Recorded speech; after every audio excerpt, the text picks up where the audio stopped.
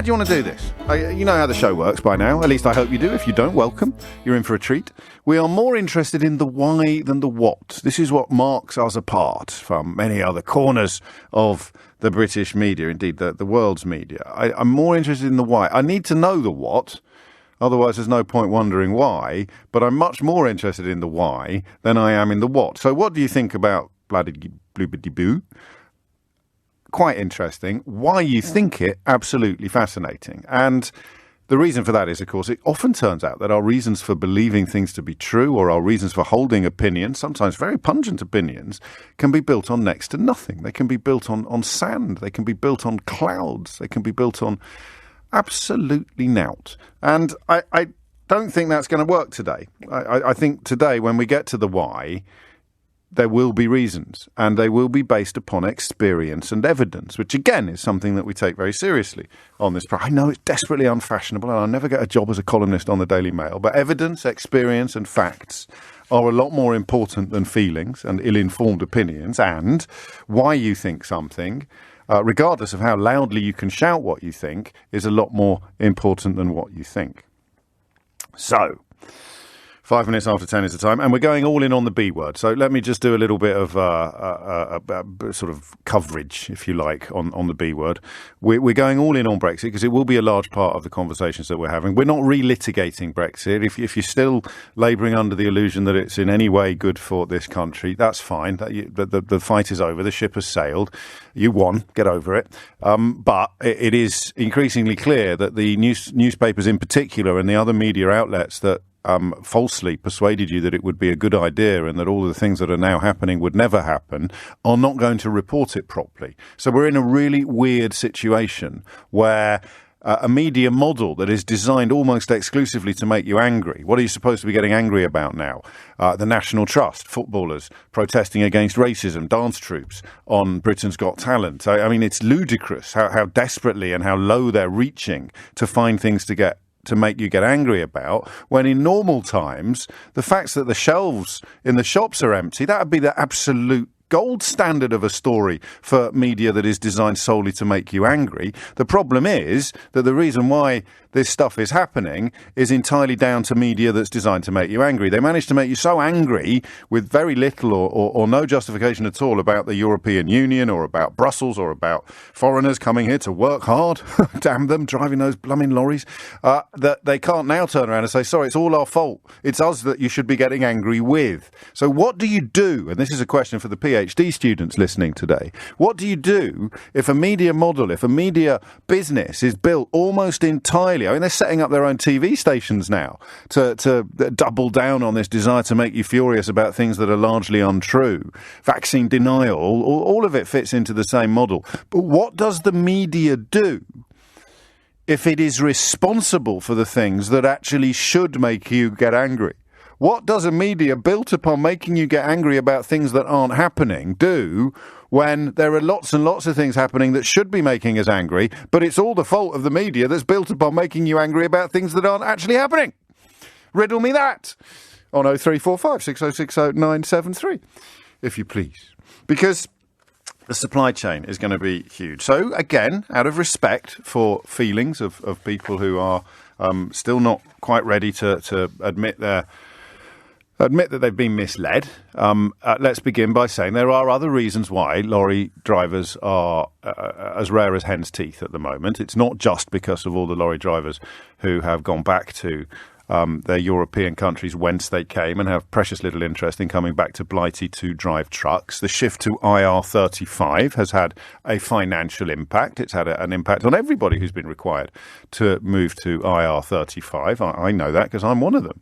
And that is part of it too. You also have drivers retiring and not being replaced. You don't have new drivers coming up the bottom of it, but you would have to be as thick as mince or Marc Francois to pretend that Brexit is not... Sorry, that's tautology, isn't it?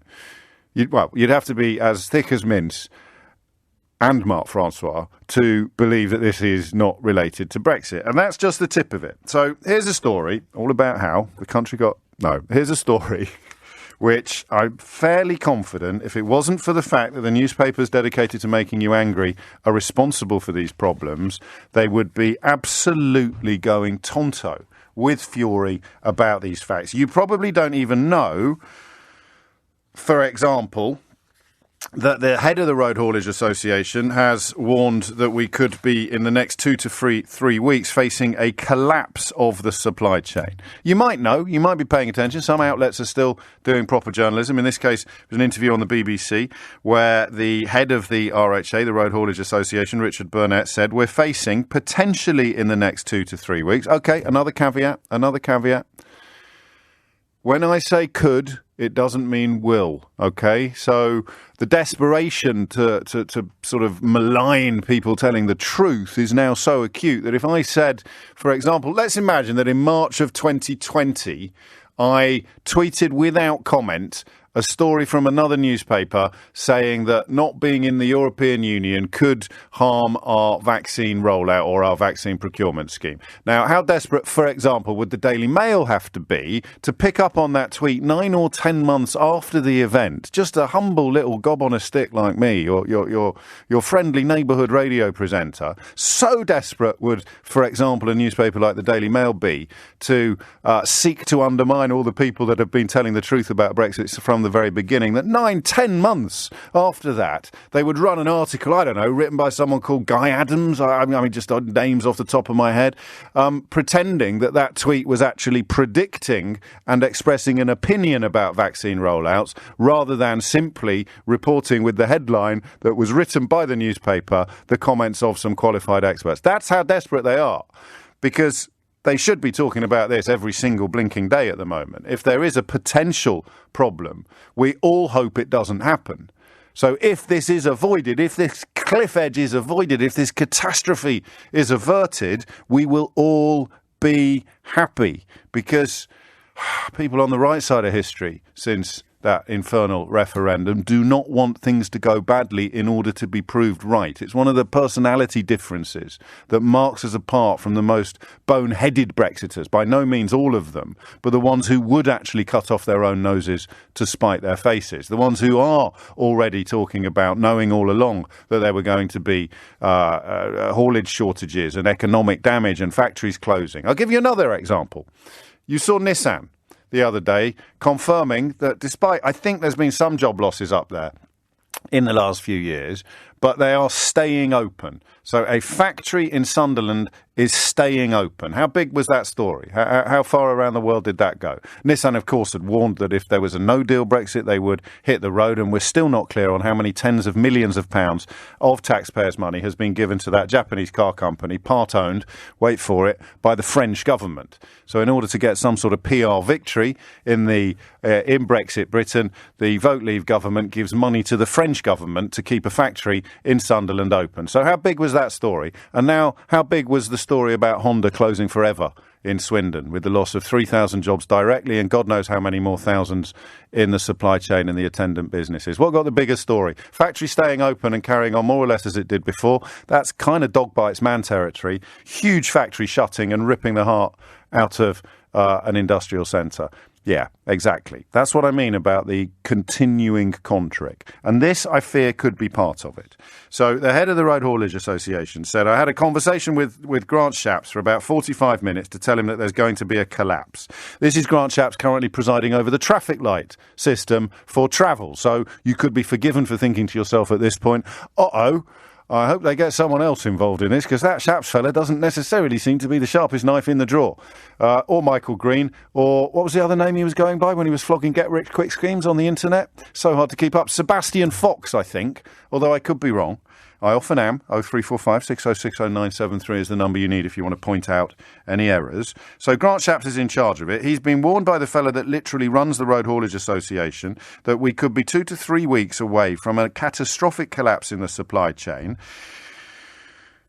And there doesn't seem to be much appetite from government to do anything about it. And this is where I think it gets psychological, because the government can't do anything about this problem unless it admits there's a massive problem. And it can't admit there's a massive problem unless it admits the reasons for the massive problem. And it can't admit the reasons for the massive problem unless it admits that the massive problem at the root of all of these new problems is the Brexit result that they claimed was a massive victory. And, of course, the Brexit deal, which propelled them all into Downing Street. So not only do we have a problem with the media dedicated to making you angry about things that aren't true, now having to struggle with the fact that something is happening that should make you angry and is true, but it's largely their fault, we also have a government elected entirely upon the back of pretending that something bad is good. And how can they fix the stuff that is bad while still pretending that it's actually good? Are you still with me at the back? Good. The number you need to answer any of these questions is 0345 6060 973. But the key one, the clear one, the crucial one is this. And this is why we go back to the why of it, not the what of it. We'll start with the what of it. What's going on in the supply chain? 0345 6060 973. What's going on? What do? You've got a little shop, you're a greengrocer, you work in a supermarket, you can use a false name if you wish. We took a lot of calls from lorry drivers. I particularly enjoyed that because I think it flies in the face of that disgusting attempt to pretend that everybody intelligent enough to understand the consequences of Brexit must work in the media or be the member of some sort of liberal metropolitan elite. Disgusting snobbery there. Every lorry driver I've spoken to was pretty clear from about the middle of 2019 about what was going to happen as a consequence of the Lancaster House speech that Theresa May gave. And I've spoken to a lot, and I hope to speak to a lot more today. The number you need if you're in the cab, quite possibly parked up on bricks at the moment because there's no work for you to do, 0345 6060 973. Do you work in a warehouse? Do you work anywhere in the supply chain? Okay? And it can be the supply of anything, because I haven't even mentioned, really, the shortage of timber. Do you know how the government is going to fix the shortage of timber? 80% of our timber is imported. There's a bunch of reasons why there's a huge shortage of it. Do you know what the government's current plan is? Grow more trees. So if you're waiting for some fencing panels, you're getting sick to death of the fact that the neighbours can wander into your garden, the cats can poop all over the place, and there's absolutely nothing you can do about it. All you've got to do is wait for the trees to grow to a sufficient size to be turned into fencing panels, which will then be obviously treated and chopped up and shipped out to all the stores, if we can find the lorry drivers to do it. And then, I don't know, by 2027, you might actually have a fence up in your back garden. I exaggerate slightly for comic effect. So what is going on in the supply chain? 0345 6060 973, and crucially, why is that happening? And how likely is it that we can avert what has been warned about, not by me, not by Gary Lineker, not by J.K. Rowling, not by the Metropolitan Liberal Elite, but by the Chief Executive of the Road Haulage Association? What do you reckon? You're on the road. You're in a truck. You're waiting for a delivery. You're working in a shop. You're running a supermarket. What are the odds? Are things about to get worse? Because August, historically, a lot of people go away. It's going to add to problems that already exist. Gaps on supermarket shelves are likely to continue for several months unless the government does more to tackle the labour crisis hitting haulage firms. That's a warning from suppliers. Logistics and hauliers organisations say this month will be a pinch point in the shortage as workers take summer breaks. Firms already offering bonuses and sign-on fees to recruit drivers were not helping matters. Large part of the problem from where I'm sitting, and as ever, I could be wrong, a large part of the problem from where I'm sitting is that this government can't fix the problem unless it admits there's a problem. And it can't admit there's a problem if it's a problem caused by their own absolute detachment from the truth and from reality. A detachment from the truth and reality best summed up, I think, by the fact that 6 months after signing a deal that they claimed was absolutely brilliant and was going to do things that no deal in the history of deals had ever done before, they were whining and bleating and complaining that it was the other lot's fault that they'd ended up signing such a rubbish deal, and can we please change it now? Question, why doesn't that get reported more widely? Answer, because almost all of the sources that you rely upon for your news, whether radio presenters or newspapers or TV shows, are responsible for doing this to the country, and they are a long way from being able to admit it yet. So let's speak to the people on the ground and let us ask the simple question: what is going on in the supply chain and why? The number you need is 0345 6060 973. Paul's in Southend. Paul, you can kick things off. It's looking busy, so take your time. Hello, James. How are we doing this morning? Pretty good, Paul. What's the story? I've been in the industry now for 8 years, and it started off, it was a good little number. I worked for a company in the southeast. We supply steel and metal to the construction industry. Okay. we run a fleet of 12 rigid vehicles and 3 articulated vehicles.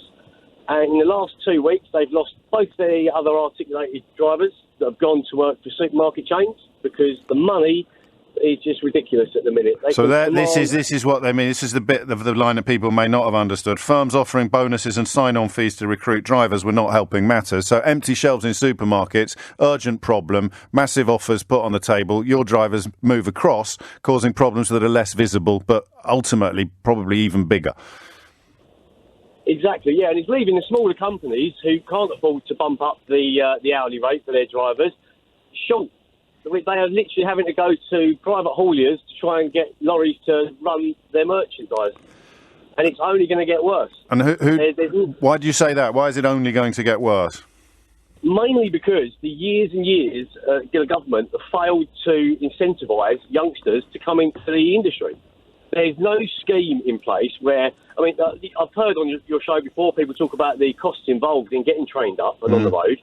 Well, why haven't we got something like a student loan scheme where the government can give grants to young lads and then once they're in employment, start paying it back over the years? It's a great point, and they'll have to come up with something like that, but it's not going to be soon enough to fix a lot of the problems that you're facing. So, I mean, the other element, obviously, is freedom of movement of workers. So the kind of workers that were driving trucks up and down the country not that long ago are simply not here anymore. Does that mean that there are better training schemes in other European countries, Paul? I couldn't comment on that. I haven't got any knowledge on that, but I know for a fact a number of guys I used to work with that came from the EU, they have gone back. I think some of it was to do with COVID. Sure. But it would be some of it with the IR35, some of it with COVID, some of it with Brexit. You know, we don't need to unravel it all. And I mean, what does the future look like? I mean, what is the long-term solution? Because I sense you don't think there's a short-term solution. You're going to be biting this bullet for a while. But what might the light at the end of the tunnel look like? We're not going to be able to train up enough youngsters starting now, even if the government got its backside in gear to fix this anytime soon. So what would the long-term solution look like? I can only see the long-term solution getting worse because the older drivers that are on the road, they're going to start failing medicals. There's only so long you can drive a lorry before your eyesight, things start to sort of for safety. Yeah, of course. Well, we all know that. Yeah, of course. And it is going to get worse, James. There's no two ways about it. We've missed the boat on this one. Yes. Unless they start to look at getting the foreign drivers back over, and we start to really look at getting our lads and lasses trained up and get them into the industry. You know, I mean, the only good thing is you see a lot more female drivers out there now because they can earn 25, 30 grand a year driving a lorry rather than working in retail. Yeah. And you see a lot more of them at services up and down the roads. You know, these are going to have. I mean, there's going to be social change, and as you say, it's not either or. I mean, we can train up people here, and we could reverse the abolition of freedom of movement for lorry drivers. But that, of course, would involve this particular government having to stand up and say that thing we told you was the biggest win of all from Brexit. Actually, it's a massive loss, and we're going to have to undo it anyway. Paul, I wish you well. So we've gone down oddly, and it's my fault partly. The building supplies, the kind of infrastructure supplies, rather than the supermarkets. And as I tried to explain, and Paul helped, you're going to see much more evidence of the supermarket supply problem, and they're going to try and paper over that by moving the problem on to other areas of haulage that are not as immediately visible. Most of us don't walk in to a steelworks and comment upon how little steel there is available today. Most of us do walk into supermarkets and say, holy moly, where's all the fresh veg gone? And after the fresh veg, of course, come the ambient goods. So keep an eye on that. And I want to know how it gets fixed. And if we are really going to rely on Boris Johnson and Grant Shapps to fix it, then you'll forgive me for not being overcome with optimism. Andy's in Carshalton. Andy, what's going on? Good morning, James. Hello. Lovely to speak to you. Likewise, mate. Yeah, I've been a haulage driver for 30 years. I think the biggest problem now is I mean, I've been in many industries, from delivering beer to construction now. Yeah. And a lot of the foreign workers that are over here that I know of, especially in construction, have all decided now to go home because obviously they're not getting the tax relief. And obviously the pay within this industry is pretty low for the amount of well, that would be ultimately a silver lining of sorts. It's I mean, the thing we often forget when we say, well, just pay them more, pay people like Andy more, that would be a good thing and it would attract more people into the industry. Ultimately, of course, it means we'd all be paying more for the stuff that you're driving around all day. Yeah, 100%. There's a lot. I mean, I hear a lot of drivers on here talking about the CPC. I mean, that is, we pay for a CPC. I mean, some people don't, but some of us have to pay for CPC. And it may only be 60, 70, 80, 90 pounds for a course, for a one-day course. This is the training. Yeah, but, you know, some of the firms that I work for, you don't get paid for doing it, and you still have to pay for it. So you're out of pocket instantly by nearly £200 or more. And this is stuff that the government could move on if it acknowledged the problem and pledged to fix it. There's quite a few things it could do, not to get everything up and running by the weekend, but to certainly be making serious progress by the end of the year, right? Yeah. The other thing, James, is, you know, when you're driving a lorry, so I've just come back from Nine Elms in London, and, you know, I mean, the traffic's traffic. It's a major city, but the problem you've got is so I pulled up on this site. The guy said, right, you have to sit in a bus lane. Well, I've got a camera looking at me. That's a £120 fine. Yeah. So where do I stop? And who pays it? I've got to pay it because the company say we shouldn't have stopped it. Right. But you sent me to that site, and I'm delivering to that site. Of course. You've got to suck it up, and again, so that you get. It's not. I mean, it's not a sector that's been treated very respectfully in the past, but equally, there have been enough bodies doing the job. If I put you in charge of the whole thing, if I made you Secretary of State for Transport, do you want the good news or the bad news? Hit me with the good news, James. The good news is you couldn't do a worse job than the fellow who's in the post at the moment. So you could only ever go down in history as the second worst Secretary of State of Transport of all time. So that's got to. The bad news is you've got to decide right now what's the first thing you're going to do to fix this problem. The first thing is definitely the wage. The wage, because it seems. I don't know if the government can do that though. That's going to come down to individual businesses. So what could you do as Secretary of State for Transport? Well, just to drop back on that side, James. It seems to have plateaued.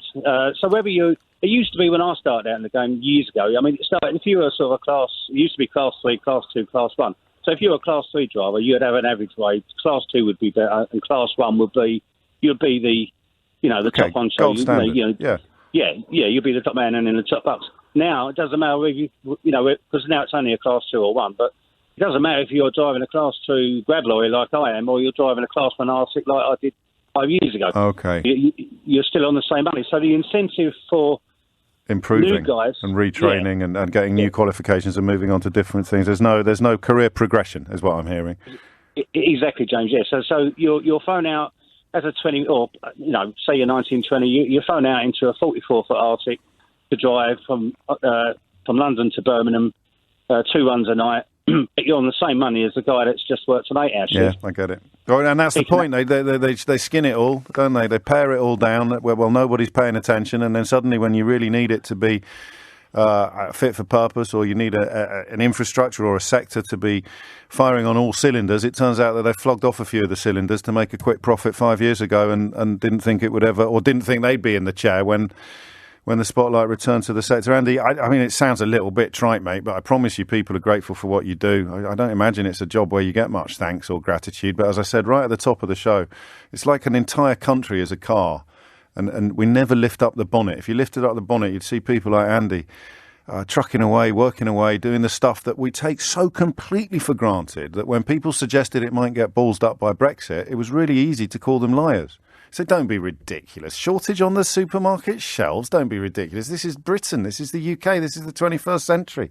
I've done a terrible thing. I've dropped an incredible clanger. I've committed one of the gravest faux pas I've ever committed on your radio.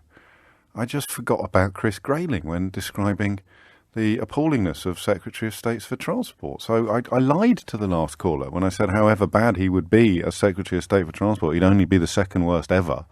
Because the current fella, the one who's currently juggling traffic lights with regards to what countries you can and can't go to, the newspapers still got it wrong yesterday. They don't have Simon Calder, you see, keeping a close eye on proceedings. Simon Calder yesterday rang in to say that actually there would have been 7 different traffic light stages if the so-called Amber Watch list had gone ahead, because everyone forgets about the stage of purest green, as Lord Percy off of Blackadder would have called it. The purest green status just between the UK and Ireland. So anyway, Chris Grayling, of course, completely changes my claim that anybody going into the Secretary of State of transport job now could only ever be the second worst in history. Grayling is way. Remember the ghost ships? Remember when he commissioned a company that didn't have any ships to provide ships? God, they feel like the good old days, don't they? Pre-coronavirus, you could still laugh about this stuff.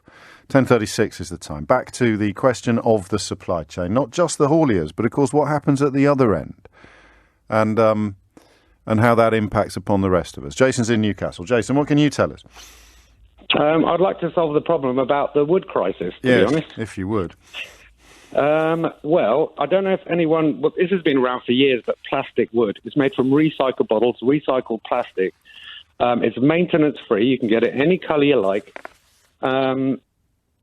And that would solve one thing. It's stronger than wood. It's easier to cut than wood. More interested today in why there is such a shortage of timber. Do we know? Apparently, from what I've heard, I'm in the construction business, it's because China and the US are having a massive building boom. So because of the building boom, and why can't we get it? Why can't we get it? China's been having a massive building boom for the best part of 50 years. Why is there suddenly a massive shortage of wood in this country? Probably because they've got more money to spend than we have. Out of just saying it, wood's gone up double price. It has risen. I'm working in France at the moment, and it's literally doubled. What you could buy in 2020 to what you could buy in 2021 is almost a joke. When does it actually stop people doing work, do you think?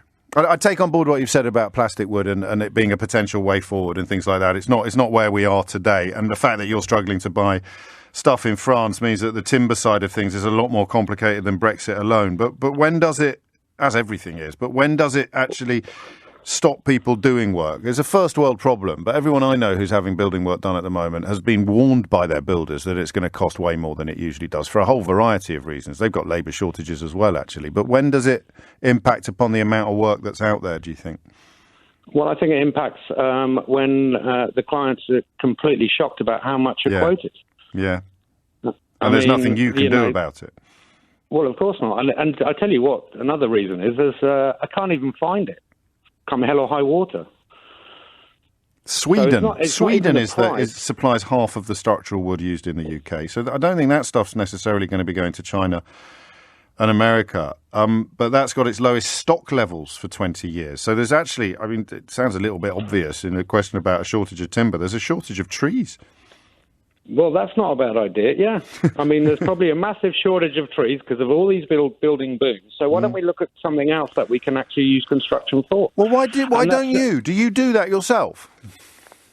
No, I don't. Well, it's no point telling me. I'm a radio presenter. You're the one who... I know you are, mate. I listen to you every day. You don't have to tell me that. I can't introduce different wood alternatives in my work. But you can. Really, I know, but what happens if you're going to build yourself an extension or something? Wouldn't you like a bit of a cheaper price, which is maintenance-free? Yeah, of course I would. Of course I would. And the other thing is, this is a very big point on my behalf. Yes.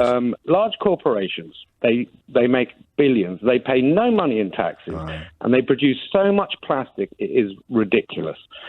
So why are we becoming the garbage collectors for large corporations? Surely we should be able to do something with it, or they should be taxed on how much plastic they produce. And if we can actually make a benefit out of plastic, like concrete blocks or wood, then that might not be a bad alternative. Malaysia and all of Asian countries have stopped taking our garbage, or rubbish, should I say. Yes. Because they've had enough of it. So I know, I've been reading about that. It's another story that doesn't get the coverage it should get because it's true, as opposed to all the things that we've been told to get angry about that aren't true. Jake, you raised some interesting points. Hey, not exactly dripping with good news or rose-tinted spectacles, but yeah, something's going to have to give. And I'm particularly grateful to you for smuggling in some more climate change conversation, some more environmental conversation, because that's my current mission, is to find ways of making it interesting on the radio. I've failed in the past, and because it's a personality defect on my part. I failed, so I've stopped trying. You should try. What was it Samuel Beckett said? Fail again, fail better. You don't give up just because you failed. I wish I'd realised that as a teenager. I would still be playing rugby. 10:41 is the time. Thank you, Jason. Geraldine is in Waltham Forest. Geraldine, what can you tell me? Yes, so, I've got an internet business, and basically the way I describe Brexit is it's like trading like 40 years. The infrastructure is now like 40 years ago. Yes, and that just for the benefit of the boneheaded, that's not a good thing. When people said, go on, Karen. Except we don't trade like 40 years ago because now we've got the internet.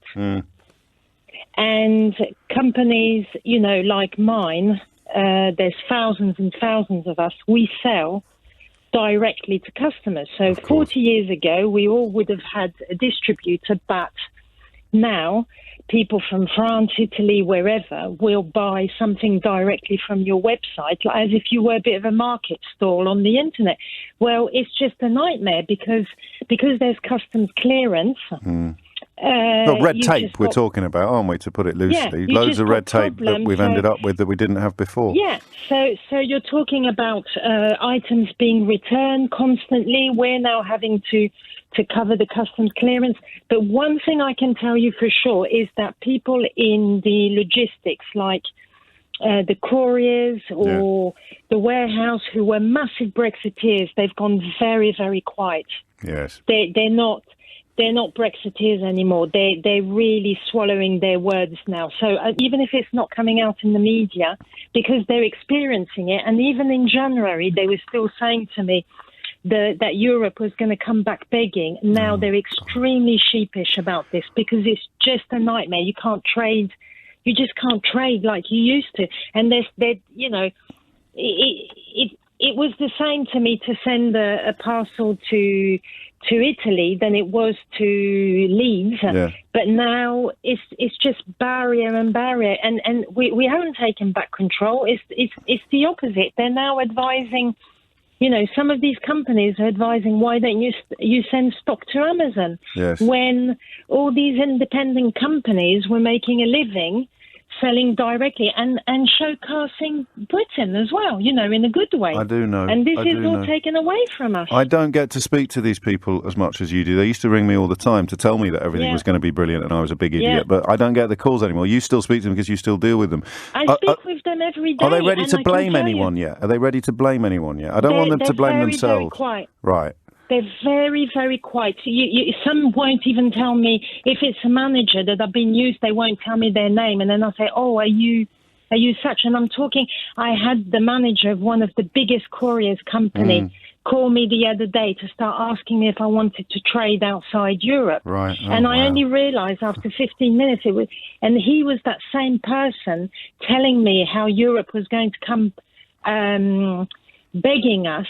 And I said, well, we need the single market, and very, very quiet, and they all are. And I speak to these people every day in one capacity or the other, whether it's the warehouse, and they were all for Brexit. And I don't blame them. I mean, this is one of my mantras. I don't know how much you listen to me, Geraldine, but I'm a great believer in compassion for the con, contempt for the con men. They're halfway there, aren't they? I think they're just probably getting ready to start wondering why they believed the people who sold them all these lies. But it's going to be a tricky journey. It's going to be a hard journey. I don't know how we're going to get out of this. I mean, I don't get any satisfaction of knowing that this was going to happen. It was so obvious. No, I know. It was so obvious. And I don't get any satisfaction, but they have all Well, you can't be satisfied while you're watching your own business struggle, can you? That would be the definition of madness. It would be like somebody saying, oh, it's going to be fine.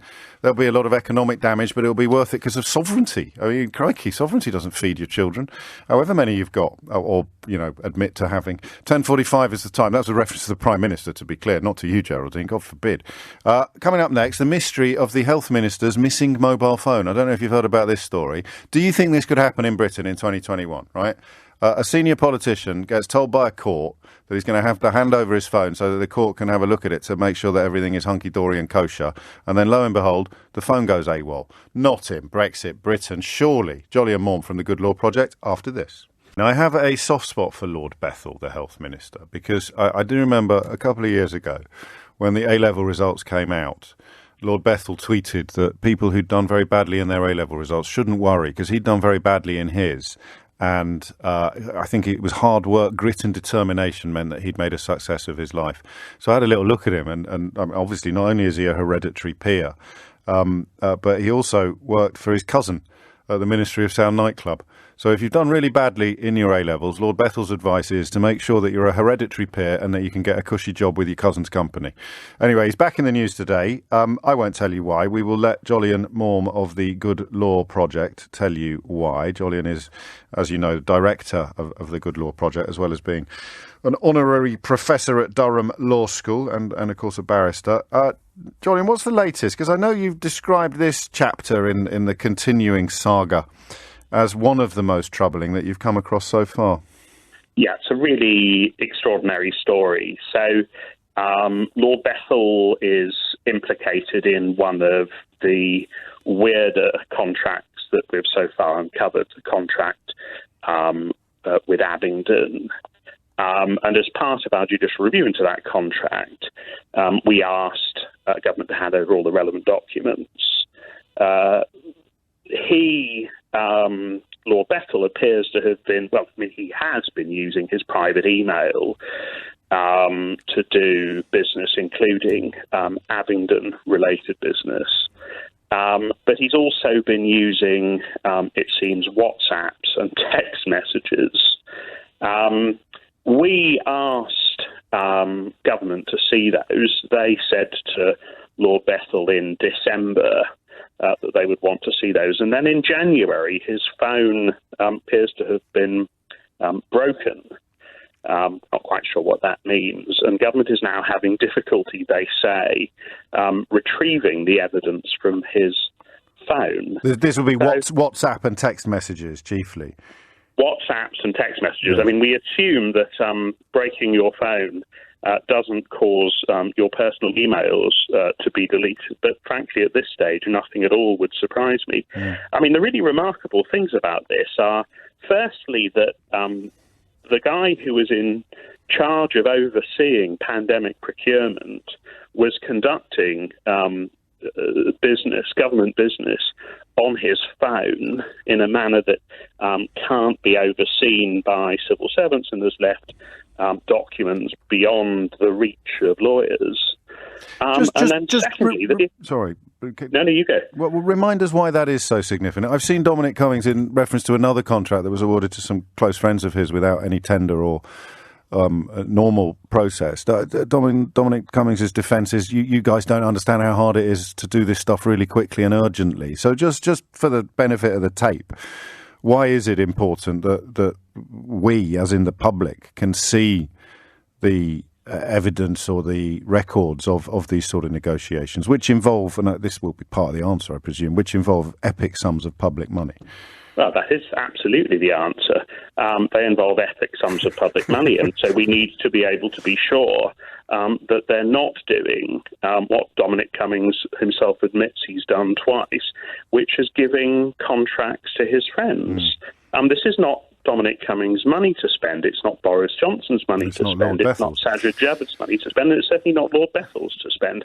You know, if you're spending your own money, then by all means contract with who you like, on whatever terms you like, and by whatever means you like. But if you're spending public money, you have a duty to account to those of us who give you that public money to spend through our taxes, and explain how it is that you came to award these weird and wonderful contracts to your friends or Tory donors. And that requires that civil servants have oversight of how the contracts are being awarded. And it also requires that you don't break your phone shortly after being told that it's going to be inspected.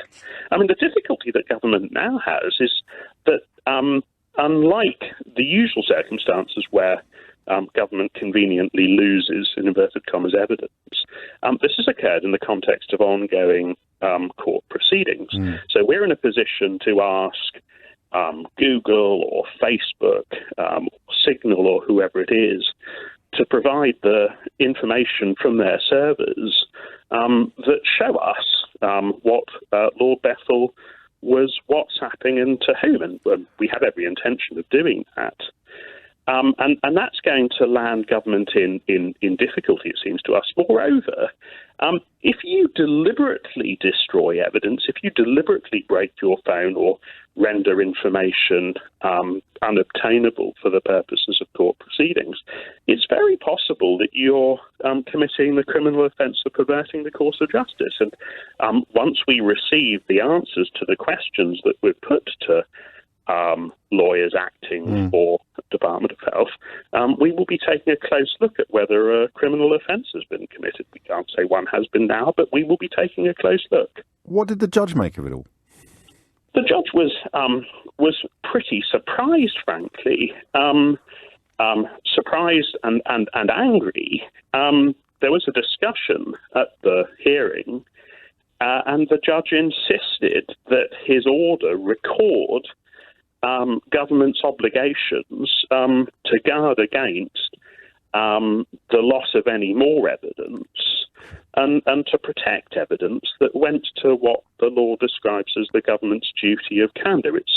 Its obligation to serve the public interest by being transparent about matters relevant to court proceedings. Two things in conclusion.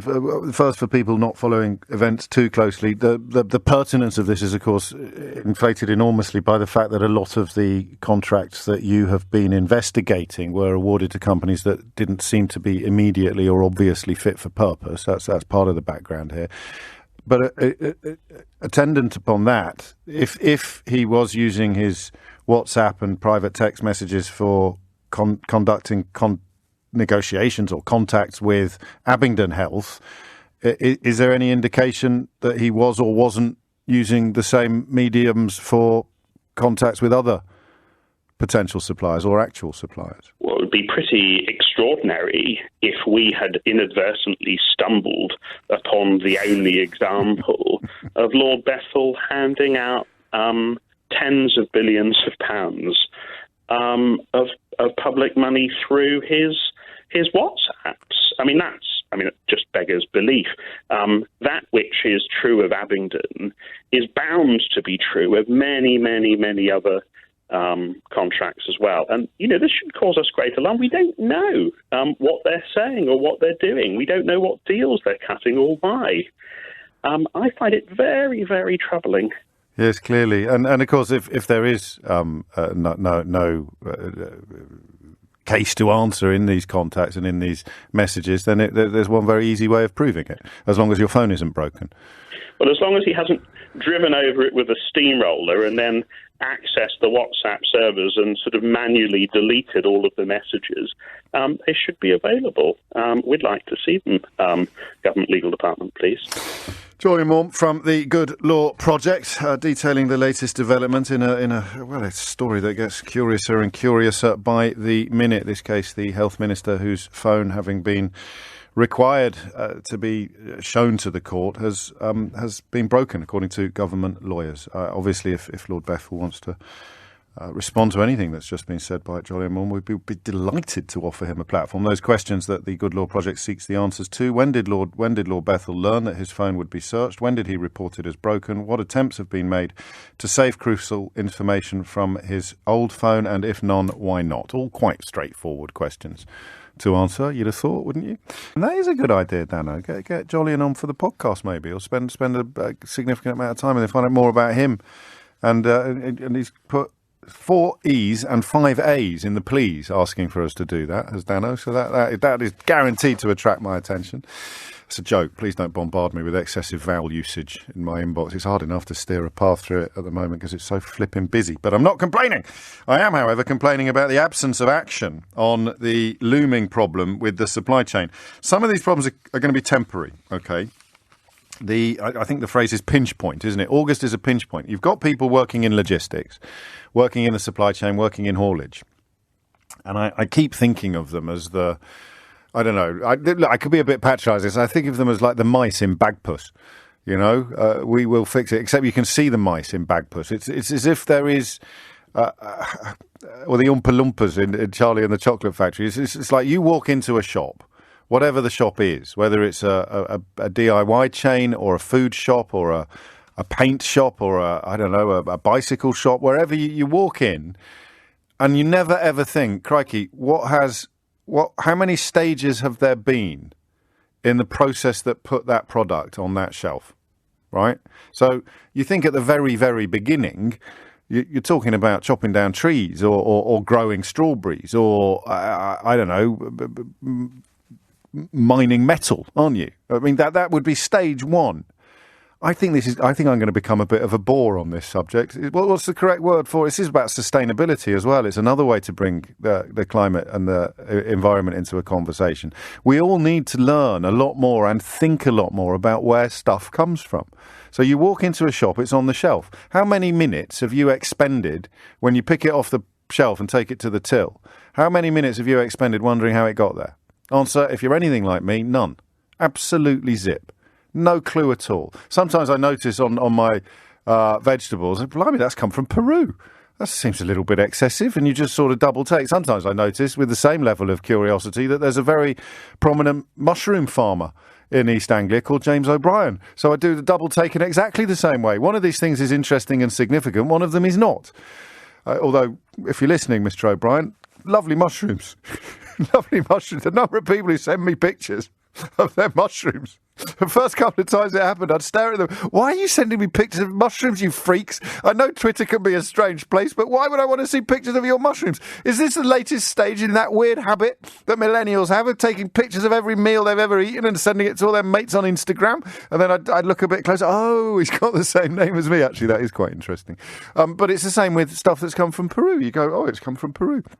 You never go, how did it get on the shelves? And the latest bit of that process, the last bits of that process would be the logistics, right? It would be the haulage, the storage, and then the shop workers. Often when the shops are shut, although sometimes you see it happening, the food making its way from the back of the shop to the front of the shop. If we all thought a little bit more about that and went right far back, much further back into the process, then a lot of stuff that is happening at the moment would probably make a lot more sense. And so that is what we're going to do today. So good news is that the food is there. At the moment, the problems are with the supply chain. So there's no need to panic buy or anything like that. They will end up on our shelves. You just might have to go to the shops 2 or 3 times when once you'd have only gone once. And things are bad and they're about to get worse, but then they'll get less bad again. Because it's a pinch point, August being a month in which people who've been working flat out since the pandemic began in some cases are going to take some time off in August. And normally that would be absorbable, not least because a lot of customers will be away as well, but there's going to be fewer people. So there's just lots of different variables all conspiring to create what I believe is called a pinch point. But it's a pinch point in a process that's already bad, and we're looking at the what of it. What is going on? Why is it happening? And what does the light at the end of the tunnel look like? And we'll get back to that now. 8 minutes after 11 is the time. Sasha is in Melton Mowbray. Sasha, what can you tell us? Hi, James. Hello, Sasha. First-time caller. Welcome aboard. Thank you very much. I work for a third-party logistics company, and we've got about 60 clients ranging from small independent businesses up to major national charities. Gosh. So people who don't know what third-party logistics means, you store and transport goods on behalf of other companies. Exactly so. Right, okay. Exactly so. Okay, so up to the 31st of December, we were experts in all things transport related. You wanted anything getting from A to B, we can do it for you. Yeah. And from the 1st of January, thanks to our delightful government, yes, we became, like everybody else, really confused and completely not understanding how to get goods into Europe. So we went from sending over 1,000 parcels a month into Europe to sending less than 100. And this is companies like Geraldine's. Geraldine was talking earlier about being one of these companies that has had, it almost feels like a drawbridge, has been pulled up in the UK and all their products are stuck here. Exactly so. And we've got companies who, how does it make sense that we can successfully ship to Malaysia, Australia, the US, and we can't send things to France? it just feels wrong when we have got those links. Of course. Well, we've cut the links. I mean, they told us we were cutting red tape, where what we actually did was come out of the single market, which has delivered this frictionless and incredibly smooth trade for generations, actually, a smooth and efficient transport system in the UK. But the problems you described there will be overcome. It's going to be harder to trade with France, but it's not going to be impossible. It is hard, but there's a lot of uncertainty. Still. So imagine, Blimey. it's not actually getting better after, 7 months. Jinx. Yes. It's not getting any better. And the problem that does is you've got the likes of Royal Mail, Parcel Force, FedEx, UPS, all the carriers that we see on the road every day in the UK. They are spending a vast amount of time and money trying to figure out how to get things out of the UK. Blimey. Which then means their capacity for moving things within the UK is being swallowed up. So it's not just driver shortages, it's lack of warehouse space, because you've got probably 80% of the parcels that would never have even touched a holding warehouse, all of a sudden sitting in a holding warehouse somewhere, to be honest, who knows where, a lot of the time. And it's no coincidence that prices are going up. So we know that Parcel Force, for example, are just about to put in a 5% increase. Really? Where they go, everybody else follows. And that isn't just on parcels out of the UK, that is parcels within the UK. And it's red tape. I mean, because I'm looking at the haulage conversation was interesting, because all these signing on bonuses and incentives that are tempting drivers into other companies are not creating new drivers. They're just moving the problem from one area to the other. That popped up in the first call. And now what we're talking about here is creating red tape. I mean, literally creating red tape. And again, to bring it back to the B word, 90-odd% of the people who voted for it had no idea that this was going to happen. They were categorically assured that it wasn't going to happen. So nobody's blaming them. But what has happened, it's important to understand, we have created obstacles to trading with our biggest trading partners. And overcoming those obstacles involves effort, and effort costs money. Absolutely so. And for a lot of the charities that we fulfil for, a small but nevertheless significant proportion of their sales come from outside of mainland Britain. Right. So it could be Jersey, Guernsey, Scilly Isles, wherever. Those are now subject to the similar red tape because of Brexit. So, as a citizen of our wonderful UK, you can still be subject to that red tape because you don't actually live on mainland Britain. And this is before we even go anywhere near Northern Ireland. Because you have to have your systems in place for the travel, as it were, for the export. Even if theoretically they didn't have to apply by the red tape, you can't have 3 different lanes in your warehouses, one for the Scilly Isles and one for the rest of the rest of the world outside mainland Britain, whether we've got trade agreements with them or not. What does the light at the end of the tunnel look like, Sasha? To be honest, we're not sure. No. An awful lot of the companies that we work with are not now fulfilling into Europe. They've tried, but, so they're just giving up, because one of the first people we spoke to was a cheese exporter at the Cheshire Cheese Company, and he was talking about opening, I mean, you won't like this because it's jobs like yours that would be lost, but he was going to open a third-party logistics site in France in order to make sure he could still get his cheese out into the rest of the single market. And one of the things, I guess, maybe a light at the end of the tunnel is the company that I work for. We're very much a medium size. We're not a huge conglomerate. Right. We're sort of small enough to care, big enough to cope, sort of, that great British tradition of independent businesses. But what we've done is formed links with businesses that we've worked with casually for 20-odd years. So we've got a similar company in the US that we work with, and one in Germany. And we're now spending our time and our money to get links, so it doesn't matter where the order comes from.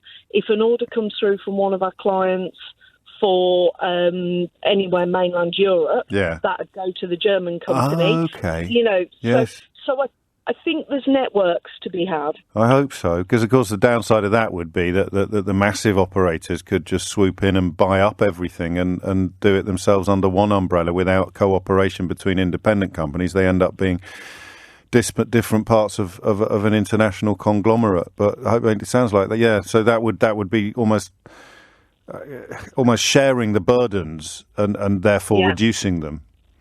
Absolutely, and we know that network approach can work. Oh, I like that.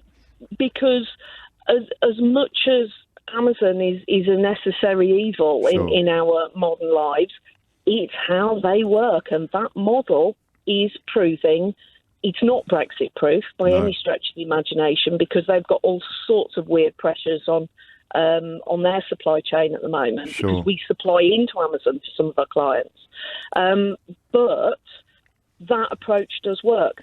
So maybe we have to overcome the red tape by, hands across the water. Hands across the water, global Britain. And of course, that would be rendered much easier if the government admitted the problems that you have, and then they could put some effort into helping you fix them. But if they don't admit that the problems exist, I don't see how you can hold out much hope that you're going to get much help from the people in charge, which you really need at the moment, I suspect. You really need them to oil these wheels of cooperation. Absolutely. Our chief exec has got in contact with the ports authorities and the, government trade bodies to find out what they could do specifically to support businesses like ours. And that was 8 or 9 weeks ago. And I think a couple of weeks ago, he had an automatically generated email to say there was at least a 13-week lead time. Jesus. We don't hold out a lot of hope. Keep in touch, Sasha, won't you? We need to keep an eye on these proceedings, not least because so few members of the media can do what we do here and find out what's really happening, because we weren't responsible for making it happen, thankfully. The conversation about the supply chain is continuing. Anything you want on this? It has to be fact-based, at least to a point it has to be fact-based. If you want to provide recipes for making food out of sovereignty, you'd be very welcome, but they do have to be fact-based. And, of course, every time we mention a problem, or we find it's like whack-a-mole, isn't it? One problem pops up over there, and you think, why haven't we heard it from Northern Ireland for a while? Well, they've put it back in the fridge. They've sort of kicked that particular can a little bit further down the road, and that was the can, of course, that caused the bloke who negotiated the Brexit deal, the so-called Brexit deal, to claim that the Brexit deal was rubbish and they needed to renegotiate it again. That was 6 months after accepting a seat in the House of Lords for doing such a bang-up job of negotiating it. None of this is opinion. This is just history. And if you're wondering why some of it is news to you, or why your eyebrows are shooting heavenswards, it's because so much of the British media told you this was going to be brilliant that they are not yet capable of telling you the truth about what's happening. So you walk into a shop and the shelves are empty, they'll probably claim that the air conditioning is broken or the refrigeration unit has gone down the Swanee. A large part of the reason why the shelves are empty is because a large number of lorry drivers who were working here quite happily, but hailed from other climes, from other European Union countries, have left because their life is a lot harder. And when it comes to borders, Kieran, the van driver, you remember him? It's a bit of a misnomer. He's a much more sophisticated operative than that. Not that there's anything wrong with being a van driver, but he has a deeper understanding of international logistics, I think it's fair to say, than most people who would describe themselves as van drivers. He's been in touch today with his latest docket, his latest ticket of his tours around Europe, and there's red blotches on it and delays here, 2 hours delays there, none of which existed before. So the really weird thing is that there is an incredibly simple solution to all of these problems, and that would involve, as this chap here, Uncle Duck, which I don't think is his given name, 40 years in logistics, he says, one very, very quick solution: apply for single market membership.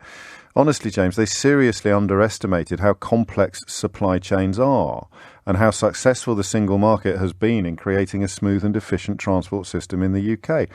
Remember, there's an EU driver shortage too. Indeed, there is. Quick solution: apply for single market membership. And that is what happens, this idea here that they seriously underestimated how complex supply chains are. That's what happens when you are honestly persuaded, and I mean you're honest, they're not, that Jacob Rees-Mogg or Brexit hardman Steve Baker or Mark Francois or Andrea Leadsom have a deeper and better understanding of how the industry works than the people who run the industry. And by run the industry, I mean at the very, very top. The very top. You know what story I'd drop into proceedings at this point, usually involving Pascal Lamy, the World Trade Organization, and Andrea Leadsom, but I think you can probably fill in the gaps yourself, so I don't need to. But that's what happens when you think that person over there who knows absolutely nothing but comes across as incredibly confident and certain of their facts. They are absolutely ignorant. And that person over there who's a bit dull and a bit dry but knows this subject inside out, stick him in a television studio, and who gets the biggest rounds of applause? The person talking about, I don't know, bendy bananas, or the German car industry will come running to rescue. We don't even do those lines anymore, do we? Remember when that was what it was all built upon, the idea that we hold all the cards. When was the last time we said we hold all the cards? And all of those people are still in power. None of them are being punished. Boris Johnson got rid of all the Tory MPs who were telling you the truth. Isn't that mad when you think about it? He got rid of all the ones that were right. And he's got a party full of ones that were wrong. We hold all the cards. We hold all the cards. The German car industry won't tolerate any of this. David Davis, still bobbing around. So within days, we'll be in Berlin negotiating new contracts, negotiating new trade deals, not Brussels. An ignorance of how the European Union works so completely profound that Angela Merkel only had to explain it to Donald Trump 13 times. David Davis apparently still not getting it.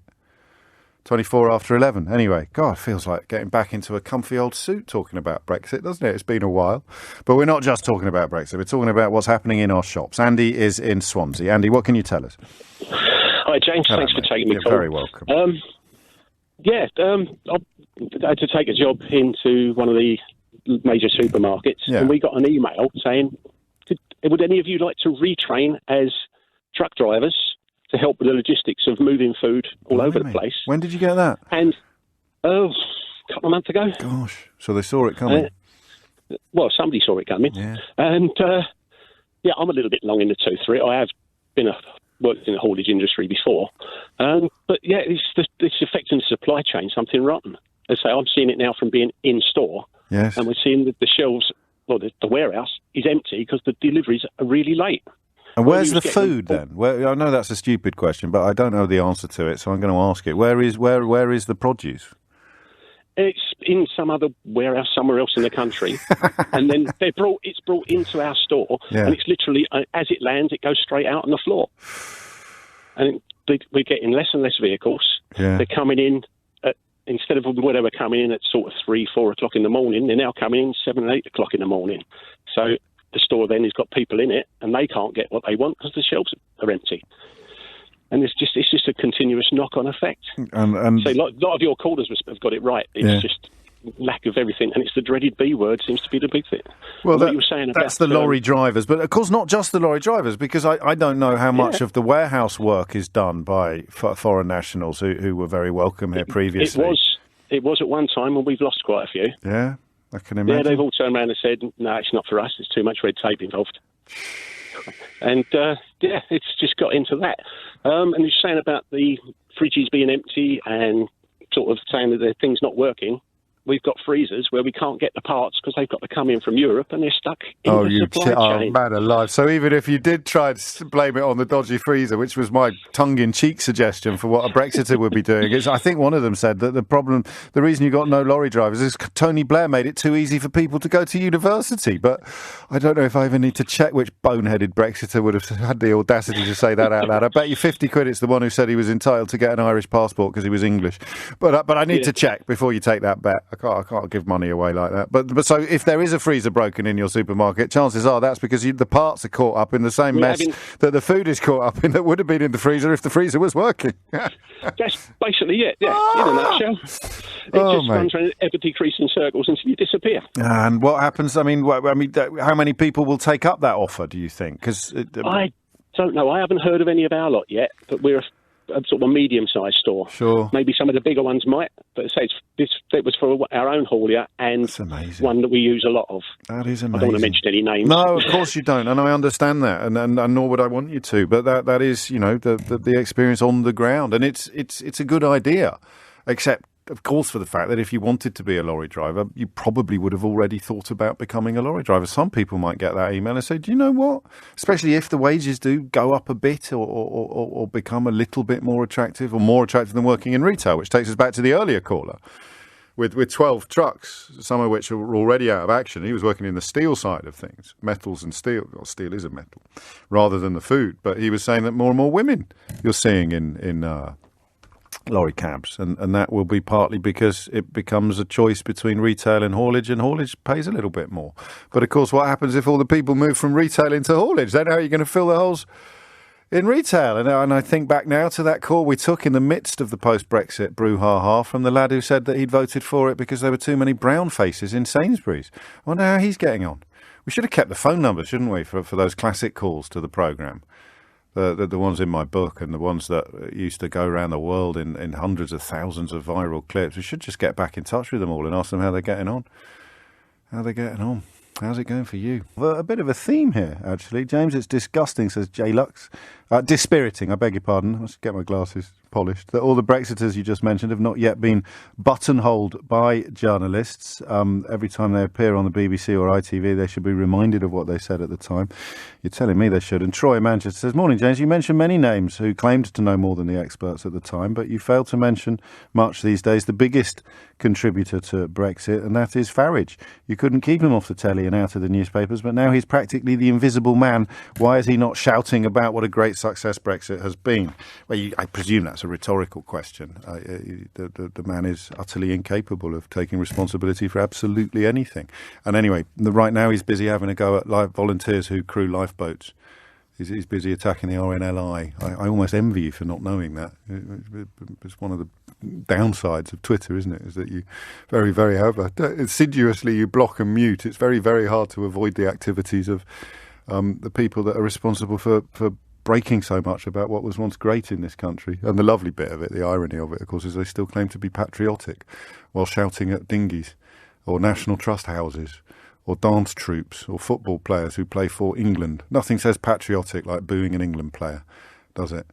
Well done, lads. 11:35 is the time. A little bit more on this supply chain problems. From any angle, anywhere you go, what does it look like? What is going on? Some of it Brexit, some of it not. I want to be absolutely clear about that. And we all cross our fingers and hope that the so-called pinch point on the way isn't as bad as it could be. But I'm afraid you can't pretend that things haven't already gone in entirely the opposite direction from the one you were promised.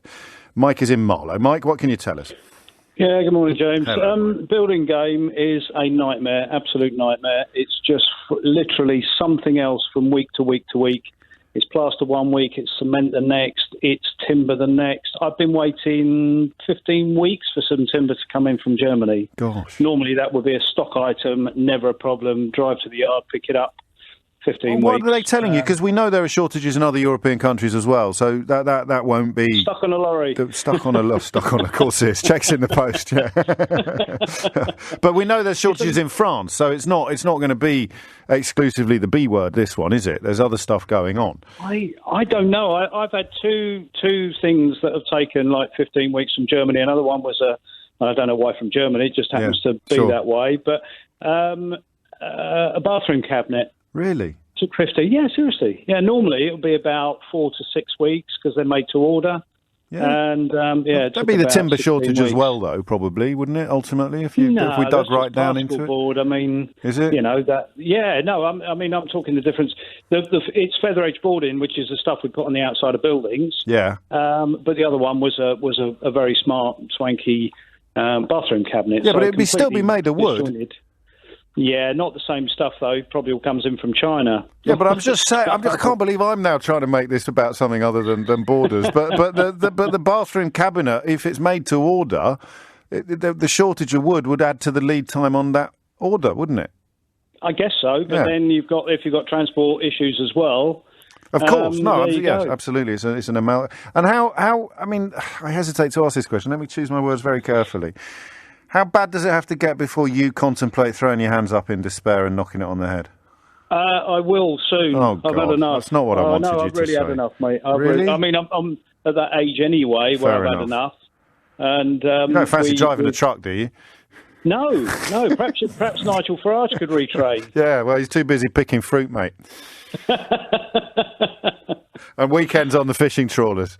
Yeah, absolutely. Oh no, they can't do that. They're not allowed to. So you're going to fast forward what would have been a winding down anyway. Then we've got. Funnily enough, you and your board game, we've got a board game company, and we're going to do that full time now as from next year. So I've just had enough, mate.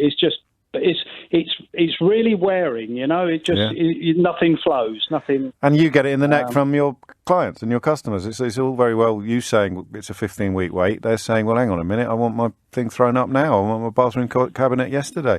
There's still a lot of building work going on, so that's going to be a bit chicken and egg, isn't it? The shortages are going to be exacerbated by the building work that is happening. But round my way, there is actually quite a lot going on at the moment. But it's getting jobs signed off as well, James. Right. Okay. You know, when we finish a job, we obviously need it all signed off by the local council.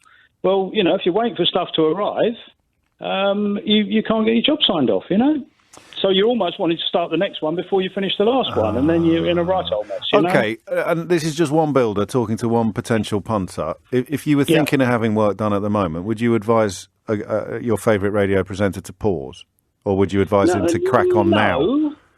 No, it depends what the work is. But you see, the thing is, there's no predicting it. Right. Because you can go from one week where they've got pallet after pallet of cement, and then you go in there next week and they've got no cement but lots of plaster. And you go in there another week and they've got plaster but no plasterboard.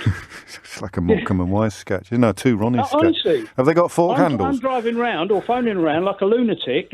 In fact, I finished off one job with a split bag of cement. That's all I could get. Really?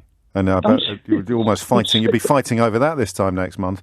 Absolutely. And that, okay, I get it. I can see the problem. What do you need doing then? I'm not telling you. I thought you were after a quote. No, well, I might do. I might have a few things on the horizon, but nothing imminent. I'll just strut. Get it in before next year. All right. Yeah, all right. I will. Okay, I'll be in touch. Mind how you go. 11:40 is the time. Mick is in Ipswich on this subject, or on variations of this subject. Mick, what can you tell us? What would you like to say? Unfortunately, I don't have, and I don't think anybody does have, a quick answer to... Don't be ridiculous. Chris Grayling's going to have it all sorted by Christmas. Getting all the truck drivers we need. It's going to be a long-term thing, because although I did it for 40 years, it sounds mad, but it's a horrible job, but I loved it. And you get people, they either do it Sound forever, like my producer. Yeah, they do it forever, or they do it for sort of like 18 months and then they go away. Okay. The conditions, the money. I mean, you had a guy on earlier who was talking about CPC. Yes. Now, the company that I worked for, when I did my CPC, it was 5 Saturdays, 7-hour lessons. They paid me overtime to work on Saturday. That's the certificate of professional competence for people who don't know. Yeah, it's like your license to be a haulier. The first tranche was telling you how to get in and out of the cab safely and Very things important. like that. Yes. So you have things like that. So some firms don't pay anything. Some firms pay for the course, but not the time that you take doing it. You rock up at places and you say, excuse me, mate, where's the toilet? Oh, we don't have a toilet for lorry drivers. So you have that kind of thing. Yeah. You go to any of the big companies like, and I will name them, Tesco, Sainsbury's. You could be unloading there for like 3, 4, 5 hours, and they make you sit in a little room where sometimes there's enough seats for you to sit in, and sometimes there isn't. So you stand. Now, you've left your truck that's got a bed, a radio, all those kind of things, but they won't let you stand. They won't let you wait in that. They say. So these are systemic problems that go back decades that would just make the job you describe as horrible, but I loved it, more attractive to people, right? Well, yeah, but this is what they need to do to get new people to do it. The company I worked for in Ipswich, we had soldiers come from the barracks in Colchester who had HGVs, were about to leave the army.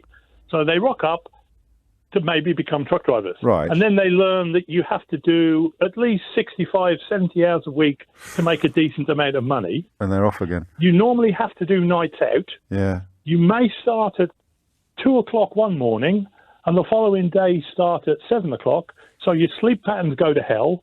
So I don't know any lorry driver who sleeps well because your time clock is just shot to bits. No, and that doesn't change. I mean, again, it's different ways of approaching the same problem because we didn't have these shortages on anything like this scale. There were still shortages. We didn't have a couple of years ago. We certainly didn't have them 5 years ago. But fixing the problem forever would involve doing a lot of the stuff that you're describing as well, wouldn't it? But I think the big kicker is what they do need to do is to become unionised, because it can't be a coincidence that the other main transportation system in the country is train drivers. The railways. Train drivers literally get twice the money for literally half the hours. They're on about 55k. And we're back to my other favourite bat noir, aren't we? We're back to the way that the working people of the United Kingdom have been turned against trade union and collective bargaining powers by 50 years of media manipulation. I always used to stick my Guardian in the front of my window of my truck because I got fed up of seeing Stars, Expresses, Suns in particular. It was Murdoch's attack upon the unions that creates precisely the environment you describe. But of course, I have to call you a communist now. I'm required as a member of the mainstream media. If you speak up in favour of, you see, you're communist in favour of trades unions, then I have to shoot you down in flames. But can I quickly just say, you talk about the influence of the press. I'm on a couple of truck driving Facebook pages. Oh yeah, lots of truck drivers really hate the BBC, it's terrible, it's blah, blah, blah, blah, blah. They don't seem to realise that the paper that they read most, which is The Sun, is owned by a man who, if he could wave a magic wand and make the BBC disappear, he would do so. So then he'd have Sky all to himself. Well, you tell them. But they don't know that. Well, they do when you tell them. Keep telling. I'll handle this end of things. I'll handle this end of things, mate. You handle that end, all right? Okay, thank you. Thank you. It was your hero, I imagine, Tony Benn, who said, I only read this quite recently, the fight's never over. You never win, just like you never lose. You just have to keep fighting because these two forces, the forces of the if you like, the super rich who are never going to be satisfied, always are going to want more, and then the forces of the rest of us who have to resist that dread march towards complete prioritisation of profit. So I always remember, actually, Mick, thank you, mate, I always remember these little moments when I first started doing this for a living, which still constitute penny drop moments. And I'd have thought that the trades union thing was pretty obvious. But when I started doing this, it was quite a long time ago, the memories of things like the winter of discontent were still very alive. And so the idea of trades unions having power still spooked people. It still terrified people. The problem with the pendulum theory of history, the idea that everything is a moment in a pendulum swing, and when it gets to one extremity, it'll swing back again. The problem with that is the media. It is the fact that if you make more money and accrue more power, the weaker trades unions are, and you are a media owner, what are you going to use your media companies for? Explaining to people why being a member of a trades union would actually help you, or inflating the idea that trades unions are a force for bad? That is a rhetorical question.